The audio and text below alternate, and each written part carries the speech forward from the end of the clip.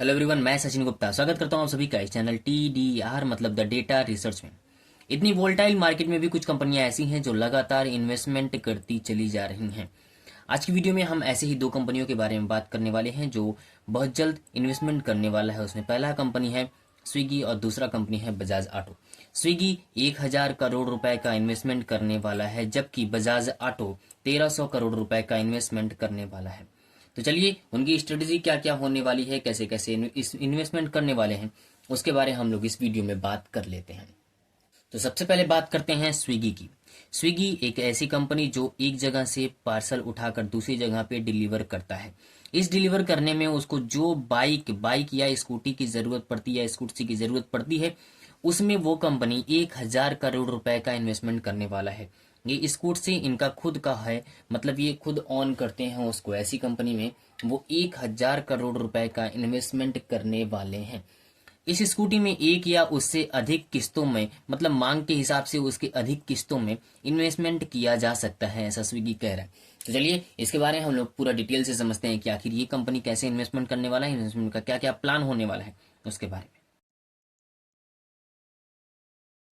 तो सबसे पहले बात करते हैं, ये कंपनी जो है कैश में सारे इन्वेस्टमेंट करने वाला है।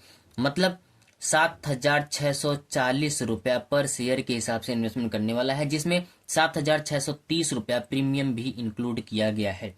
स्कूट से जिस स्कूट से की बात की गई हो उसके रेवेन्यू की बात कर लें तो 57% FY24 में उसका रेवेन्यू बढ़ा था।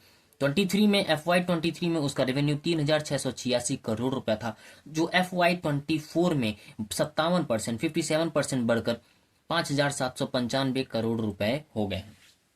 ये टोटल रेवेन्यू है स्कूटसी का। स्कूटसी का रेवेन्यू की बात करें, यहाँ स्विगी की रेवेन्यू की बात नहीं की जा रही। स्विगी की रेवेन्यू अगली पेज में हम लोग देखेंगे। कंपनी ने ये भी अनाउंस किया है कि अपने वो एम्प्लॉय स्टॉक ऑनरशिप प्लान की बेसिस पे जो एलिजिबल एम्प्लॉय हैं उनको 171 लाख क्वांटिटी का शेयर ऑफर करने वाला है। मतलब 171 लाख करोड़ रुपए, 171 लाख क्वांटिटी शेयर जो है ऐसे एम्प्लॉय को मिलेगा जो पहले से स्विगी में काम करते हैं और जो ESOP यानी एम्प्लॉय स्टॉक ऑनरशिप प्लान में एलिजिबल होंगे। उसको 171 लाख क्वांटिटी का शेयर वो स्विगी कंपनी देने वाला है। स्कूटसी के रेवेन्यू के बारे में बात कर ली गई है, चलिए अब स्विगी के बारे में बात कर लेते हैं कि स्विगी कितने रुपए का स्टॉक है, कितने रुपए का उसका मार्केट कैप है, अभी करंट प्राइस क्या है, उनका नेट प्रॉफिट कैसा रहा, उसके बारे में बात कर लेते हैं।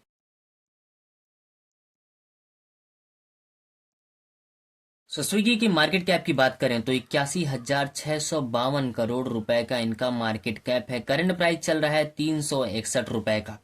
52 वीक हाई की बात कर लें तो 617 रुपए है उनका 52 वीक हाई रहा है, जबकि 52 वीक लो 325 रुपए रहा है।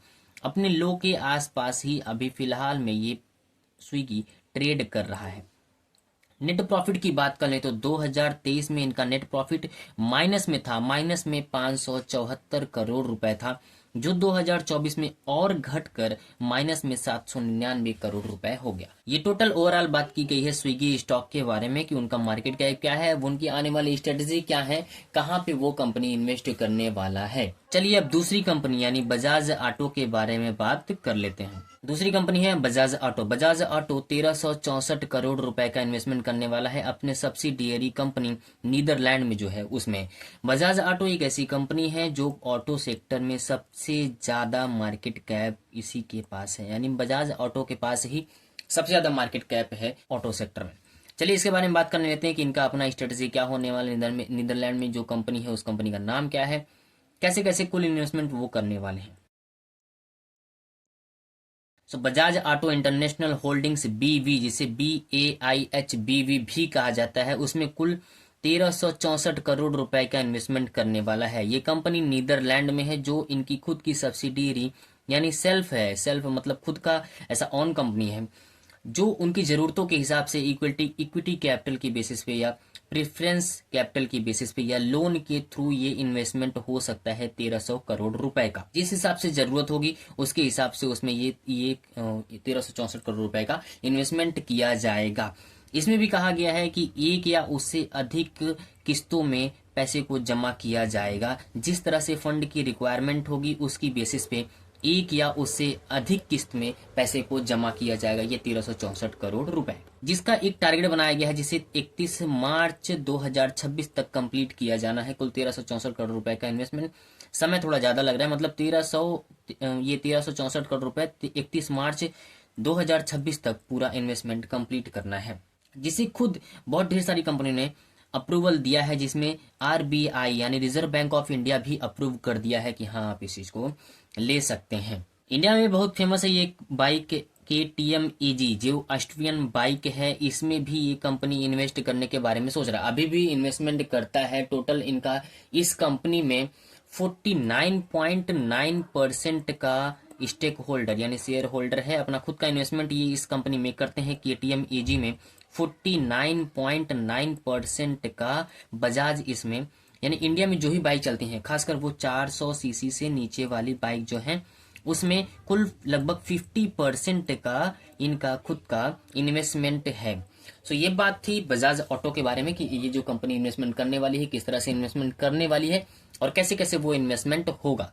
चलिए बजाज ऑटो के बारे में बात कर लेते हैं। इनका मार्केट कैप क्या है, इनके हाई क्या है, इनके लो क्या है और इनका नेट प्रॉफिट कितने का रहा है।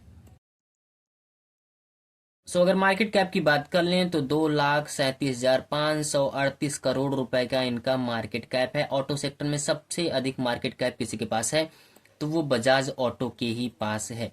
करंट प्राइस इनका 8,506 रुपए चल रहा है, जबकि 52 वीक हाई की बात कर लें तो 12,774 रुपए रह चुका है और 52 वीक लो इनका 7,890 रुपए रह चुका है। उसी के आसपास लगभग ये भी कंपनी ट्रेड कर रहा है।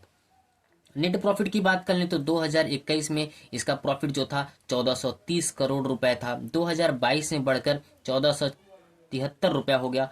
2023 में बढ़कर 2033 करोड़ रुपया हो गया, जबकि 2024 में बढ़कर 2196 करोड़ रुपए इनके प्रॉफिट हो चुके।